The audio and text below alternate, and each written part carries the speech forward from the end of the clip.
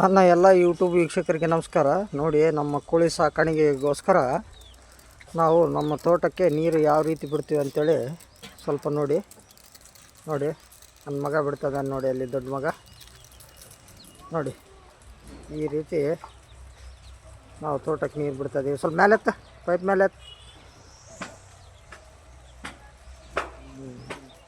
ನೋಡಿ. ಸೇಮ್ ಮಳೆ ಥರ ಬಿಡ್ತಾ ಇದ್ದೀವಿ. ಮಳೆ ಯಾವ ರೀತಿ ಬರುತ್ತೋ ಆ ರೀತಿ ಬಿಡ್ತಾಯಿದ್ದೀವಿ. ಇಲ್ಲಿ ಪೈಪ್ ಹುಚ್ಚೋಯ್ತು ನೋಡಿ ಯಾವ ರೀತಿ ಬಿಡ್ತಾ ಇದ್ದಾನೆ ಅಂತೇಳಿ. ಈ ರೀತಿ ಬಿಟ್ಟು ನಾವು ತೋಟವನ್ನು ಬೆಳೆಸ್ತಾಯಿದ್ದೀವಿ. ನೋಡಿ, ನಮ್ಮ ಕೋಳಿಗಳು ಎಷ್ಟು ಆರೋಗ್ಯವಾಗಿದ್ದಾವೆ, ಎಷ್ಟು ಆರೋಗ್ಯವಾಗಿ ತಿರುಗುತ್ತವೆ ಅಂತ ನೋಡಿ. ಇವಂತೂ ನೆರಳಿಗೆ ಬಂದು ಕೂತಿದ್ದಾವೆ ಆಗಲೇ. ಇದು ನೋಡಿ, ನಮ್ಮ ಮರಿಗಳು ಹೇಗಿದ್ದಾವೆ ಅಂತೇಳಿ ಕಾಮೆಂಟ್ನಲ್ಲಿ ತಿಳಿಸಿ. ನಮ್ಮ ಚಾನಲ್ನ ಸಬ್ಸ್ಕ್ರೈಬ್ ಮಾಡಿ, ಒಂದು ಲೈಕ್ ಕೊಡಿ.